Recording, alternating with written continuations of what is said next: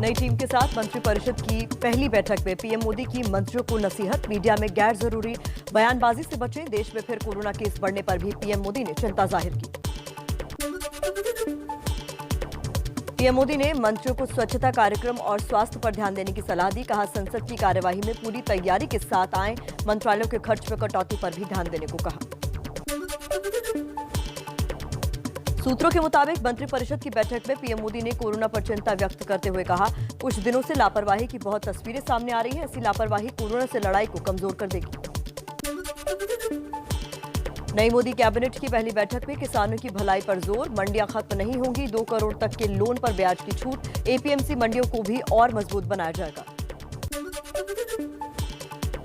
Health emergency पर केंद्र और राज्य मिलकर खर्च करेंगे 23,000 करोड़।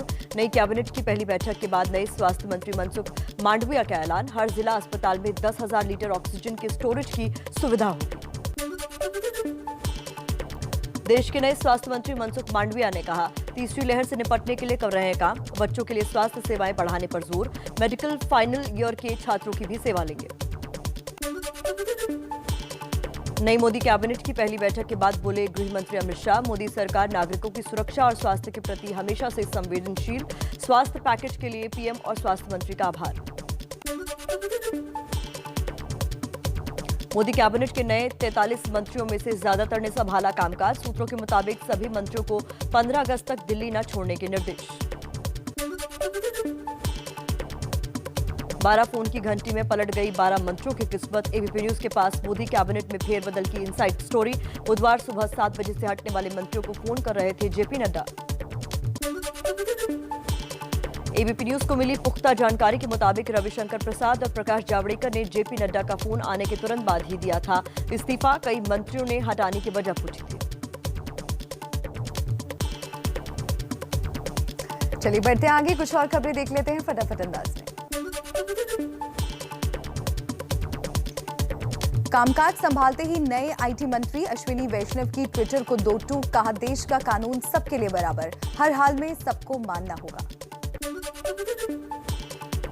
देश के नए सूचना प्रसारण मंत्री ज्योतिरादित्य सिंधिया का फेसबुक अकाउंट हैक को लेकर एमपी के ग्वालियर में एफआईआर दर्ज। मंत्री पद संभालते ही सिंधिया के फेसबुक अकाउंट को हैक कर पुराने वीडियो पोस्ट किए गए थे।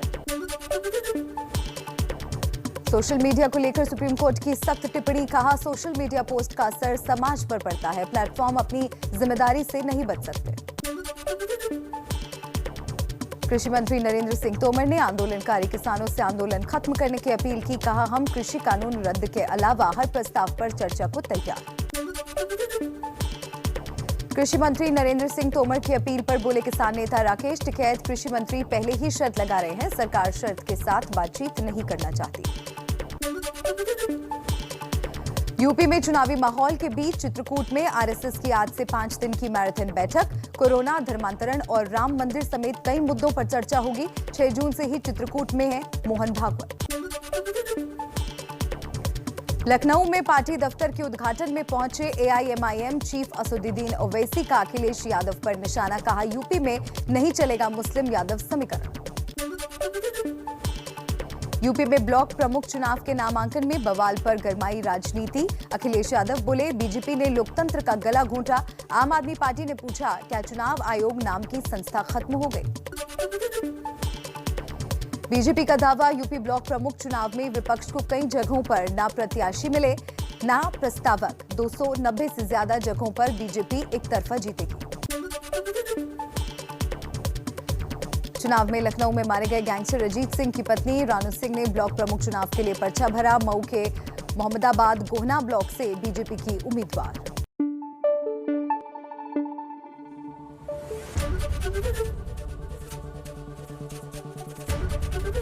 एबीपी न्यूज आपको रखे आगे।